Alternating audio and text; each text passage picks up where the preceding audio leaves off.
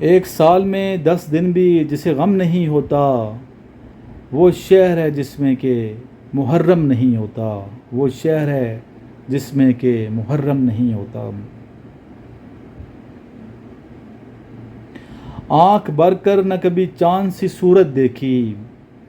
آنکھ بھر کر نہ کبھی چاند سی صورت دیکھی، نہیں آلودہ ہماری نگاہ پاک ہنوز، نہیں آلودہ ہماری نگاہ پاک ہنوز۔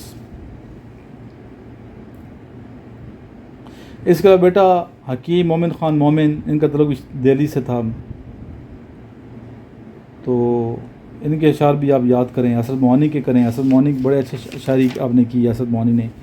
ٹھیک ہے نا، وہ آپ الگ سے لکھیں، شعر یاد کریں۔ اس کے علاوہ مرزا داغ دہلوی، بہت بڑا نام ہے شاعری کے حوالے سے، ٹھیک ہے، یہ بھی یاد کریں۔ باقی علامہ اقبال کے بارے میں پوری میں نے کتاب لکھی ہے نا، تو وہ منگوائیں میرے سے بک اقبال کے بارے میں، اور جو ان شاعروں کی جو اچھی اچھی غزلیں اور اشعار ہیں میں نے کتابی شکل میں ترتیب دے دی اس کو، تو آپ وہ منگوا لیں میرے سے،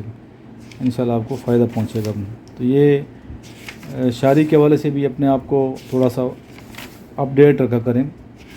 کہ آج کل کے شعراء کون سے ہیں، کلاسیکل شعراء کون سے ہیں، آج کل کے مشہور شعراء کون سے ہیں، آج کل کے شعراء میں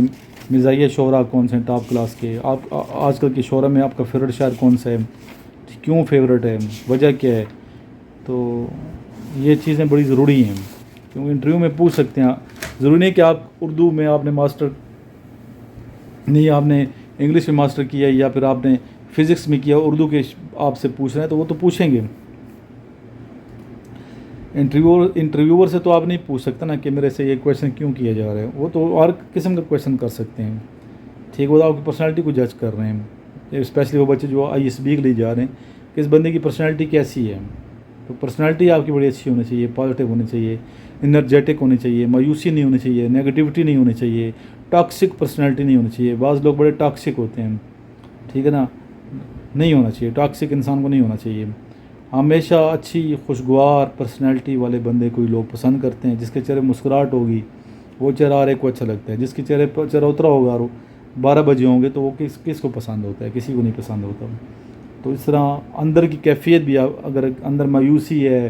پریشانی ہے، ڈپریشن ہے آپ کے سینے میں،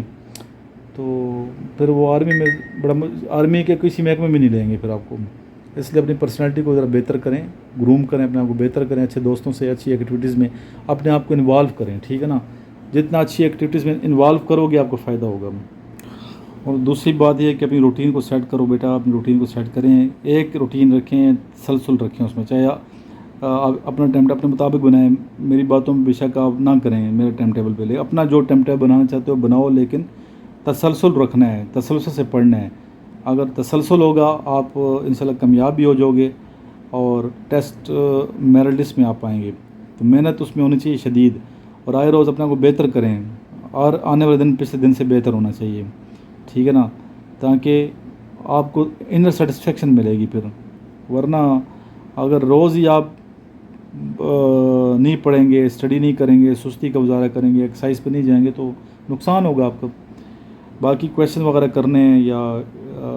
ڈیمو وغیرہ حاصل کرنے ہیں کسی حوالے سے، آن لائن تیاری بھی ہم کروا رہے ہیں، تو رابطہ کر سکتے ہیں بلا جھجک میرے نمبر پہ،